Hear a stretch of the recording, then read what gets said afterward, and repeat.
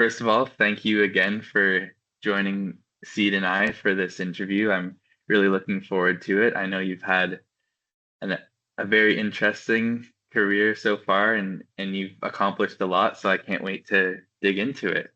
Oh, well, thanks for the opportunity. I'm looking forward to our conversation. Awesome, awesome. So, yeah, to get started, I just wanted to ask what inspired you to start Tammy Ward Speaks, and how did your experiences shape the way you approach leadership and communication today? So, my desire to start my own business actually started before I left policing. I had already been doing a lot of public speaking around domestic violence and other issues. And so, talking for me is a natural thing. To be perfectly honest, I'm a chatty Cathy. And I just came to a realization that I no longer needed to be wearing a uniform to be able to serve and to help people. And once I made that decision, it made it easier for me to leave policing. Timing wasn't exactly on my side. I left in February and then COVID was announced. So I Oh retired no. just in time to stay home with my dog. So that was how I launched my business. So if you're an entrepreneur and you want to launch a business, trust me, I did it at the worst time to do something that's a social enterprise. Yeah, And you still made it work. yes. Yes, Mhm. you just have to look for different opportunities when the world changes. Right. So how did you adapt like mentally? Because I know obviously going from working a 9 to 5 to starting your own venture would already be a huge thing to try to try to accomplish. And then when COVID hit, like how did you adapt? How did you uh you know like was there any time where you thought of maybe giving up? Like how did you push through those doubts? What I did was I really turned into social media Mm, and I started connecting with people who were already speakers or people who were giving different courses. And fortunately for me, I connected with a beautiful soul in California. I call her mm, my sister from a different mister. And she was a coach and she did high end coaching where she would have events and people in the room. And so she was pivoting. And we had met online. She scheduled a 30-minute talk with me. The talk led into not a sales pitch, but a I'm looking at building a online platform for everything I coach. Do you want to do this with me and be my beta tester? I was like, oh my gosh, that's the missing part of for me is the business side of everything. So for 6 months or more, I worked with her 3 days a week. We would get together. She would do the coaching that she had built, and then I would give her feedback. And then once she built it, then she brought in some specific people she wanted to be her trainers. So then mhm. I got to redo the course. So that kept me busy working with her. And I'm very fortunate that that opened me to other opportunities. And I just kept looking for events that were shifting to online. So I still I get to see. speak. I get to speak for a conference like hers that was in California. I got to speak for one that was in Arkansas. I did one in Australia. I did one that was in Cape Town area. So Wow. unfortunately, yeah, those are on my bucket list. So I didn't get to fly, but I got to do this. So I just Wow. looked for different opportunities. The other thing is I teach yoga. So Mhm. I just started because when I left policing, I'm blessed that way. I have a pension. So I still had an income coming in where a lot of people were really trying to pivot and struggle because when they don't work as an entrepreneur, the paycheck doesn't come in. So I was Right. fortunate. I still had that. So with my yoga, I just started teaching off my Facebook page 3 times a week for free. And then it just created a really big following in a community. And that gave me a platform to help. So about 3 months into it, I said, hey, when I teach Monday night, it's by donation. Our local soup kitchen, our community kitchens is really struggling. So in 1 hour, I raised $932. So that all 100% went down there to help them. And then I did another thing for our Women in Business Network. And then we gave money to the Soup Kitchen. We gave money to the SPCA. So I just kept doing different things online and helping or partnering with other agencies or charities that needed some help. So that got me through COVID, that and Netflix. That's awesome. Yeah, that's so cool to hear that at a time when most people would just be like, oh, all the odds are stacked against me. I'm just gonna give up and go back to my job. You just stuck with it, and instead of, looking at it as a barrier, you saw the opportunities that came with COVID, which is pretty amazing. Yeah. That's a great lesson that a lot of entrepreneurs can kind of take from, for sure. Yeah. And like I said, I was blessed that financially I have my pension. Right. So I was able to keep a more positive attitude, whereas I wasn't struggling to worry about how I was paying my mortgage. I see. And yeah, like going off of that point, you've emphasized that you've turned challenges into, kind of catalysts for growth. Is there a certain moment in your career where resilience really made all the difference? And if so, what lessons can entrepreneurs take from that experience? So one of my biggest challenges, or what really helped build my resilience, was I was involved in the shootings in Moncton in 2014, and I became the ops NCO for the team the members were shot and killed on. So that was really hard. Learning for me from that was I just kept pushing until I literally broke my body. And after 4 months of just pretending I was okay and not telling anybody what was going on, I reached out and got help. So that really built a lot of resilience. But at the same time, it taught me, and that's why I want to talk, is I saw so many people suffering in silence, including myself. And so my goal with talking about mental wellness and building communication strategies within workplaces is so that people don't go through what I went through. Or unfortunately, I also lost a couple of coworkers to suicides. And as an officer, obviously, I've attended one too many of those. So I want to really break that barrier and get people talking. And I think one of the biggest challenges is everyone thinks they're alone and nobody's going to understand. And had I spoken out sooner, I wasn't the only person suffering, but I was the girl who was so busy taking care of everybody else that I wasn't taking care of me. Right. Wow, that is an inspiring story to say the least. And I think it's especially inspiring just because not only that did you work through that and you got to the other side and now you're in a good place, but most people would just stop there. But you went the step further and said, you know what? Not only am I like, now that I'm in my better place, I can help other people get to this place as well. So I think that's just amazing to hear. Thank you. Yeah, of course. And yeah, I was wondering, do you recommend any strategies for entrepreneurs when they're looking to build meaningful relationships with clients, partners, or their communities? Like what would you suggest when they're kind of seeking those goals? One of the things that I did just before I left, and I continued to do, is I joined our local Chamber of Commerce. And I just went there with the purpose of, I wasn't there to sell anybody anything. I think a lot of entrepreneurs only see dollar signs and not people. Take away your dollar signs, build the relationship first.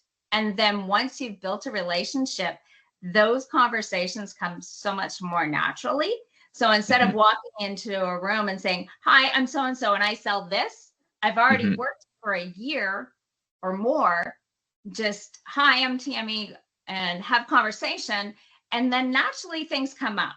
And so be a good question asker, because everyone loves to talk about themselves. So instead of going into a room and I'm this and I'm that and I can do this, start a conversation and ask every question that you wish somebody would ask you. ask that of them, because 90% or more of people are going to return those questions to you. But it's going to be a natural conversation. And people will do business with people they trust more than they will with a stranger knocking on a door. So if you've built a relationship, or even, oh, I've seen you in the room, I've seen you at this event, there's a commonality there. So I feel that if we try to build relationship first, business will come from it. And just be Right. genuine and ask questions, like get to know people, get to know what their pain point is, and then how you can serve that or how you can help with that. And then you're coming from a place of, hi, I'm so and so, we met at, I offered this, and I heard you saying that you're having a really hard time with your accounting, that your business has grown so fast.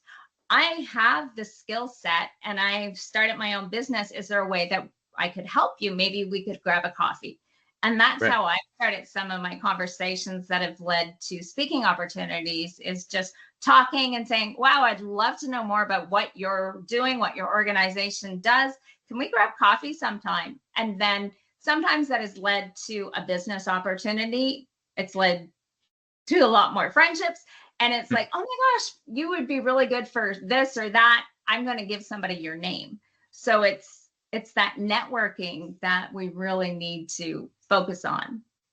Yeah, I think that's an amazing point that a lot of entrepreneurs should keep in mind, because I think a lot of entrepreneurs make that mistake of, I want to make the sale and then maybe get to know people as a side effect, but it should be that you want to go and meet people and make money as the side effect, or make the sales as the side effect. So Exactly. yeah, Because I think sometimes that's a when you great get point. to know somebody too, and you know what they need, maybe Hmm. you aren't that right person, but Right. you're going to have so much more credibility saying, I know, I can help you a little, but I really know somebody who does exactly what you need. Could I introduce you? Wow. Hmm. You know what? People return that favor. Exactly. Yes. People love helping out people who have helped them out before, right? So it Yeah. all works out. Yeah. Absolutely. Hmm. Uh, yeah, and on to the next question. I find entrepreneurship can feel isolating at times, in my experience, anyways. And I was wondering, from your experience, how important is it for entrepreneurs to seek out help when they need it, instead of trying to always just fend for themselves and grit through it? Oh, that's huge. I know sometimes when I'm trying to do stuff, I get frustrated. And when I get Mhm. frustrated, if I stay in front of my computer, or I'm writing a book, if I keep trying to write, I'm not accomplishing anything. Right. So I'll go walk the dog for 15 minutes. And then I come back, and as I walk, that's when my brain percolates and I can come back and I can work. But one Hmm. of the best things to do is I work with a small group of women. I joined a coaching group, Hmm. and none of us are in the same business, but we bounce off each other, our ideas, or I'm having a crappy week and then I haven't accomplished, and then people will pour into you.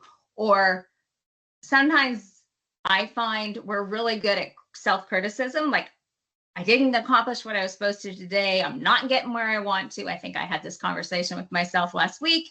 But then it's like, look behind you. How many hurdles, how many things have you already accomplished? How far are you from where you started? And it's like, holy crap, I've come a long way. And then that Absolutely. reinforces the next step. But Hmm. joining Seed, like with the different opportunities for the networking that you guys offer, the different courses that you offer, you can connect. I've connected because I've done multiple courses through Seed. Is I've Hmm. connected with some of the women on the courses and programs, and never met in person, but I've had Zoom Yeah. coffees. Keep in touch online and LinkedIn, and just cheer each other on, support each other, bounce ideas off. There's everyone, a lot of people feel that asking for help is weak, but we need to change that dialogue. And asking for help is actually a sign of strength, because I know I'm not perfect. I know I can't do everything. So admitting that I'm human, people want to do business with another human. So when Hmm. I reach out and say, I'm struggling with this part, can you help me? Or it builds your business more, it builds your confidence, and it also builds that other person up because you're saying, I recognize that you have this strength and I would love for you to tap into me or help me with this. And it builds both of you up. And sometimes just a Mhm. conversation, like I know I've had Zoom coffee and I'll be sitting here with a pen and I'm like, oh my gosh, just a second, and I'll write something down because as we speak, we just, we start coming up with more ideas, or somebody will just give a word, or, well, have you thought about doing it this way? Dang, no, I didn't. But boy, would that ever Mhm. be easier. So again, the networking, online, there's so many communities. Some of them are just too big and too busy, and people are just like trying to sell you everything. Mhm. Um, but maybe find smaller local communities. Like I know there's entrepreneur groups online for women, but some of them have like so many thousands or hundreds of thousands of people. And then you only get to post if you pay, and you only get this if you do this. Stay Mhm. away from that because it's just busy and it's overwhelming. I know I joined some when I was new and I ended up unfollowing them because it was just too much noise, and it was Right. just people trying nothing but to sell you stuff. And Mhm. maybe even having a coach if it's within your budget. I know some coaches are very expensive, some are less expensive, or maybe you can't join a big mastermind group, but maybe you could have a coach that you could speak with once a month. And Mhm. that way it fits in your budget. Or like some coaches, like I work with people and I work within budgets. So, you know, there's value in helping people, and you're going to find the right Mhm. person, and there's mentors out there that are willing to help people for absolutely no money, so we can always tap into them. And I think if you find somebody, especially through the chamber, through seed, and you're like, ooh, I could learn so much for them, why not approach them? Why not say, I recognize your skills and I would love to learn from you. Would you be willing to be a mentor to me if I have questions? Like I've had Mhm. people reach out and ask me, and I'm like, woo, that makes you feel so good about yourself. Like I have Yeah, something to absolutely. contribute to helping somebody else. Heck Mhm. yeah, throw it at me. I'll answer a question for nothing. Like I don't mind. And I would hope that most people feel that way. I know some people may be too busy or have enough on their plate, but there's a lot of people that would say, oh my gosh, yeah, reach out if you have a question. I don't mind, taking 10 minutes and having a Zoom or a phone call or answering an email. Emails are harder because I get too many of those. But if I Mhm. actually took the time to sit and talk to somebody, then it's quick and it's fast and it's more in depth than an email chain that goes back and forth, or texting that goes back and forth, because that's not human and you don't know how it's received because people Right. are going to read it the way they want to. But if you can just ask somebody like, oh my gosh, I admire how far you've come. Can I pick your brain? Can I buy you I've done that with a speaker that's in New Brunswick that has done extremely well. He lives in my hometown, and I reached out and said, hey, next time I come home, could I buy you a coffee or lunch and have a conversation? I would love to pick your brain. And his response was, oh my gosh, yeah, let me know when you're coming home next. That's awesome. So, Yeah. buy somebody a coffee and you get lots of good information. Yeah, absolutely. And I think the main point that really resonated with me, and I think that a lot of entrepreneurs should keep in mind, is like you said, you're not, whether you think you are, you're not stronger or you're not like more disciplined if you just grit it out and do it yourself. Um, if you have the humility to understand that sometimes you can't have a strength in every aspect of entrepreneurship, and sometimes you do have to ask for help, and that's okay. And sometimes the best and most successful entrepreneurs ask for help, and they know when to ask for help, right? So, Exactly. And you never know, yeah, that person could actually become a really strong ally and may right, be able to introduce you to people that you are able to help or that your business could help. So, you're exactly. always building the more you connect with others. Yeah, and like you said about the networking in sales, it's always a give and take, right? Like they might be happy to help you out because they know that they've been in your shoes before, and then who knows, maybe down the road you can help them out one day, right? So it's Exactly. never, yeah, it's never a bad thing to ask for help, and yeah, people can always help each other out along the way. Yeah, I heard somebody once and they referred to it as uh, investing in the bank. So you Mm, have to put into the bank before you can take out of the bank. So if you right. think of it that analogy, give to people before you ask for anything in return. That's a And great one. Yeah, that's a great way yeah, to put it. that's, it's Hmm. easy to visualize because if you're just, and For sure. we've all met them, there's people who are just takers. Nobody Yeah. likes takers. You No, can take from me nobody. once, but you ain't coming back for seconds. Um, Exactly. so be a giver, and what we give always comes back. There's Hmm. karma, I believe, in some ways. I totally agree. I totally agree. I think the energy you put out into the world, it'll always come back eventually. Yes. Hmm. All right. And then finally, just to wrap up, I would love to hear if you could narrow it down to just one piece of advice that we may have not covered yet, to someone just starting their entrepreneurial journey or early on, just something that you would that that would set them up for long-term success. What would it be if it was just one piece of advice? Hmm. One. One Yeah, is believe, like believe in right. yourself. There's always no sayers. That's a So great one. on your journey, you can't get rid of your family, but you can limit how much time you spend around them, right? Hmm. Especially if people aren't supportive. And when you let go of people in your life who are not bringing you, positivity or encouragement, or maybe it's a relationship and your partner is like, who do you think you are? You're never going to do that. It's easy to say get rid of them, but get rid of them. And but just try to surround yourself with more positive people.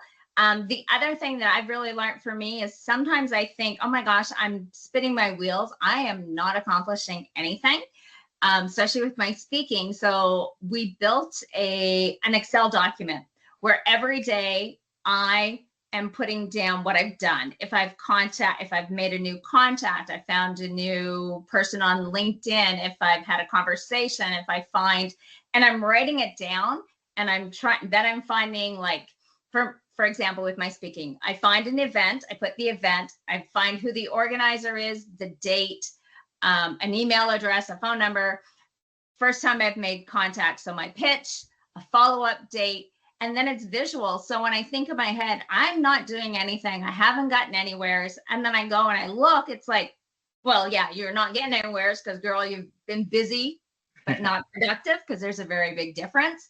I'm good at Hmm. busy sometimes, and OCD, my office is clean, but busy doesn't move you forward. It's being productive. So I find having something, I'm a visual person, so having something visual is very helpful for me. I have a whiteboard in my office that if an idea pops into my head or an event, I put it on my whiteboard, and then it's right there in my face. And then I can Hmm. look at it when I have the moment. And time blocking. I block specific hours in my day for my workout. I block specific time where I'm only working on my business, and then I block a half hour where I'm going to clean out email. And Hmm. if I stick to that and I set timers on my phone, I am so much more productive, because otherwise you can get into, like, going on Facebook. I'm supposed to have 15 minutes to post. The next thing you know, I want to adopt 10 different dogs that are in the States. Um, Right. so you need to, set parameters, and it depends on your personality. Not everybody goes down rabbit holes like I do with animals, but we Hmm. all have our different things that can distract us. So it's just being mindful, and whatever strategy, if you're visual, if you're somebody that needs alarms on your phone, I find sometimes simply starting just keeps, and I'm already here. I'm like, well, I'm going to finish this and then I'll work an extra half hour. But the time blocking and having that visual form that I can go back to, then I'm not spinning my wheels trying to remember who I need to reach out to or who I need to follow up with as well. So I Hmm. find those things extremely helpful for myself. Yeah, that's some great advice. I think everybody can take something from that. Just, blocking off certain times so you can make the most of the time you have, and then also finding that balance that works for you because everybody's different. And overworking is not good for anybody. So No, yeah, I and think we need that's to a great take care of point. our health. That's the other thing. And I talked about that Hmm. before, that, we can literally work ourselves to death. So we Yes. need to be mindful of our bodies, of our health, what we're putting in, whether we eat or not, and having Hmm. things that support us on all levels, mentally, physically, emotionally. Absolutely. It's important to take time. Like you said, just going for a walk every once in a while can be just as productive as grinding out at your desk because sometimes your brain needs that reset to be that much more productive after you're back from your walk. So, yeah. Exactly. Hmm. And yeah, just to wrap up, I'd love to know if you have any new ventures or any new services that you're looking to expand on, like anything new in the works that you'd like to share with the seed community, anything like that? Well, one, I'm open to speaking at events. That is like top of my list, to get out and Awesome. talk a lot more on bigger stages, as Hmm. well as getting into workplaces, because so many people, like I said, the mental health, and communication, especially since COVID, it's not good. So many people don't even know the people they work with. So we need It's to true. look at team building activities and building strength within those. And then as Mhm. solopreneurs, maybe it's a community or a coach, like I said. So I'm available for coaching if people are interested. Mhm. And the other thing I'm working on is a book. So hopefully in Oh, the new, amazing. yes, yes, Wow. it's almost done. I have one chapter that will be published at the end of the year. So my chapter is in a book with, oh my gosh, I'm having a brain fart here, with All good. oh my gosh, I can't believe I'm doing this. And we're live, with the wrestler. And his story is all about overcoming addictions and everything that he went through as a professional wrestler. Jake the Snake. There we go. Whew, that would have There drove we me crazy. So it's a book that he's compiling, and I have a chapter in it. And my chapter is called The Invisible Scar. go. That sounds very exciting, and congrats on taking on that venture. That's very Thank you. cool. Yeah. Awesome.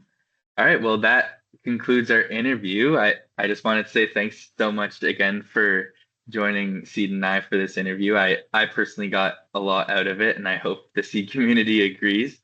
But yeah, thanks a lot.